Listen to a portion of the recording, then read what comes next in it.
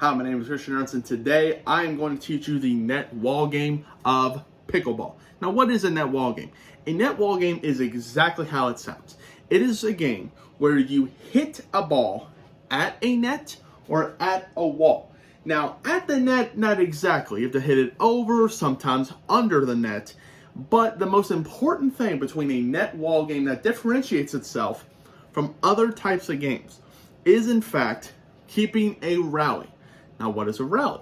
A rally is when two teams, whether how many people are on each set, 1v1 or 2v2, a rally is when the ball gets hit back and forth from one team to another, kind of keeping the play alive in football terms, and until one team doesn't hit the ball, hits the ball out of bounds, or what have you, and the other team scores the point.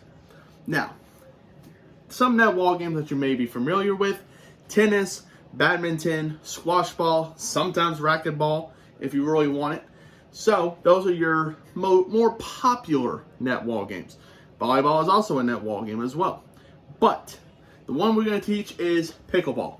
So to help demonstrate my pickleball, it is going to be a little 4-square ball with a fly swatter, because why not? So it is very similar to tennis in its rules, most of the part. The only difference, not only difference, but the major key difference is in the serve. So in the serve in tennis, you want to hit the ball overhand. But in pickleball, every single serve has to be underhand. Now, in tennis and pickleball, it differentiates. You have to hit it just at your opponent, but for pickleball, you have to hit it diagonal. Have to go straight as in diagonal line. You cannot go straight across. If you go straight across, they don't have to hit the ball. It has a foul on you. But pickleball and tennis are very similar in allowing the ball to hit the ground. One bounce is allowed to hit the court, and then you can serve it back. Now, most of the hits you're going to see in pickleball are underhanded.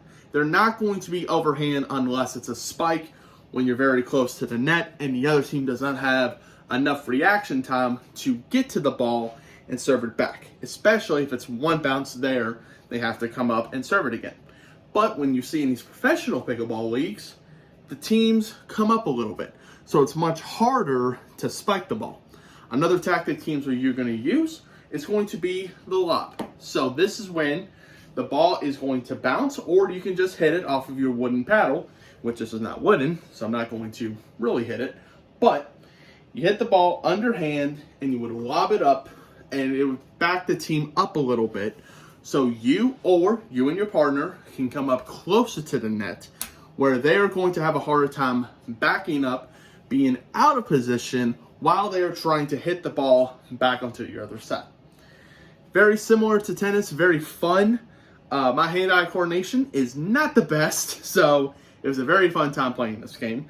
But it's a very enjoyable game, very non-expensive game. A lot of people are getting more into this now.